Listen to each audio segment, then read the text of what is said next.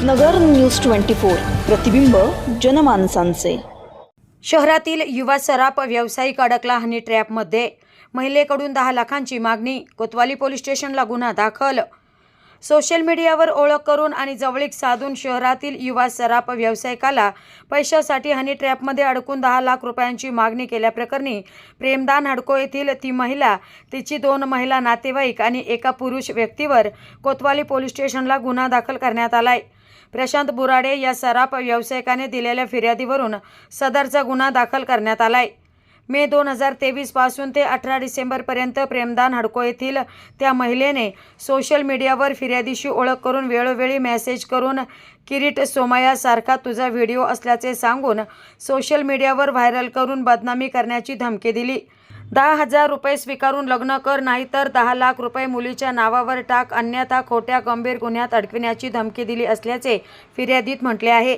या फिर्यादीवरून सदर महिला, तिच्या 2 महिला नातेवाईक आणि योगेश उर्फ सोनू पोटे यांच्यावर गुन्हा दाखल करण्यात आलाय।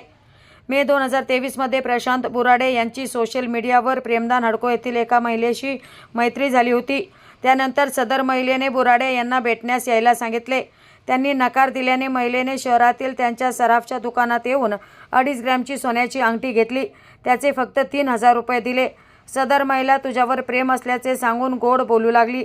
त्या महिलेने फिर्यादीला गांधी मैदान येथे बोलावून व्हॉट्सॲप मेसेज सोशल मीडियावर व्हायरल करण्याची धमकी देऊन 10,000 रुपये उकळले।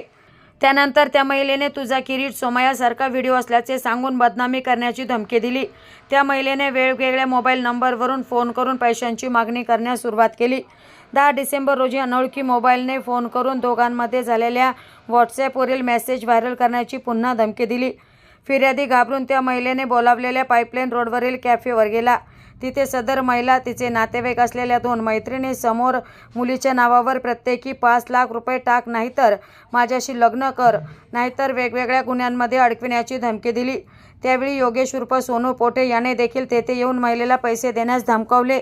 तेथून निघून गेल्यानंतर 16 डिसेंबर रोजी फिर्यादीच्या सराफ दुकानात येऊन त्याचे वडील व कामगार यांच्यासमोर पैशांची मागणी केली। 18 डिसेंबर रोजी पुन्हा दुकानात येऊन सदर महिलेने धमकी दिल्याचे फिर्यादीत बुराडे यांनी म्हटले आहे। 18 डिसेंबर रोजी दुकानात येऊन सदर महिलेने धमकी दिल्याचे फिर्यादीत बोराडे यांनी म्हटलं आहे। प्रतिनिधी अजहर सय्यद, नगर न्यूज 24, अहमदनगर। आता अहमदनगरमध्ये आवडीचे घर शोधणे झाले आणखीनच सोपे। फक्त एक मिस कॉल द्या आणि घरांची माहिती मिळवा, तेही व्हॉट्सअपवर। 75 181 181 75। तुमचा एक मिस कॉल देऊ शकतं तुम्हाला तुमच्या स्वप्नातील घर। अशाच महत्त्वाच्या बातम्या जाणून घेण्यासाठी नगर न्यूज 24 ला सबस्क्राईब करा।